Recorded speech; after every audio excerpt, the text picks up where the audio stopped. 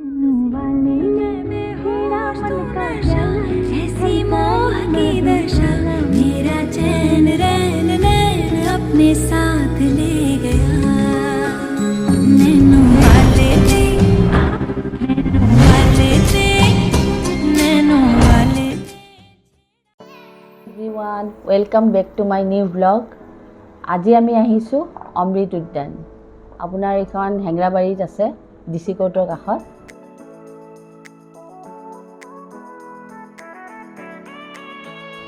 তো ভালে লাগিছে আহি পেলাই।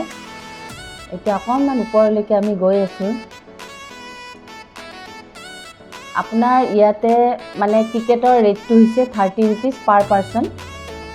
তো বেছি ইমান কষ্টলিও নহয়, বেছি সস্তাও, তো কমেই দাম আছে। এয়া আমি আহিছোঁ এতিয়া আপোনাৰ পাৰ্কলৈকে। অলপ সৰু ল'ৰা ছোৱালীৰ দৰে অলপ পাৰ্কত খেলোঁ। এয়া চাওকচোন পাৰ্কখন কি ধুনীয়া লাগিছে। এইবোৰ খেলিছোঁ আমি, মানে অলপ ঘূৰাই দিছোঁ আৰু, কাৰণ কিয় আমিতো বহিব নোৱাৰোঁ, চব বাচ্চাৰ কাৰণে এইবোৰ। এনে অকণমান পাৰ্কত আনন্দ ফূৰ্তি কৰিলোঁ আৰু। সন্ধিয়া সময়ত গৈ গৈছে ভালেই লাগে গৰমৰ দিনত। আৰু আপোনাৰ ৰাতিপুৱা 11টাত খুলিব আৰু ৰাতি 9টাত বন্ধ হৈ যায়।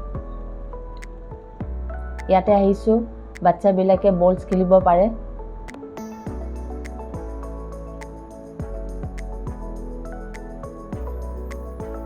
দেখিছেনে কি ধুনীয়া লাগিছে।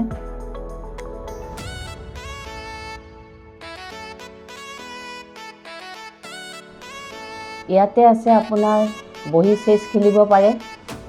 আপোনাৰ 3টা দিছে টেবুল চেছৰ, আৰু ইয়াতে বাচ্চাবিলাকে খেলিব পাৰে, জাম্প কৰিব পাৰে।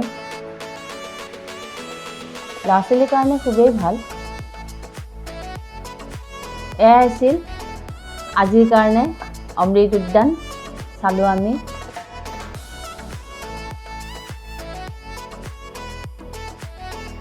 এতিয়া আমি ওলাই আহিলোঁ চাই মেলি। যদি ভিডিঅ'টো চাই ভাল লাগিছে তেতিয়াহ'লে লাইক, শ্বেয়াৰ আৰু ছাবস্ক্ৰাইব কৰিব নাপাহৰিব।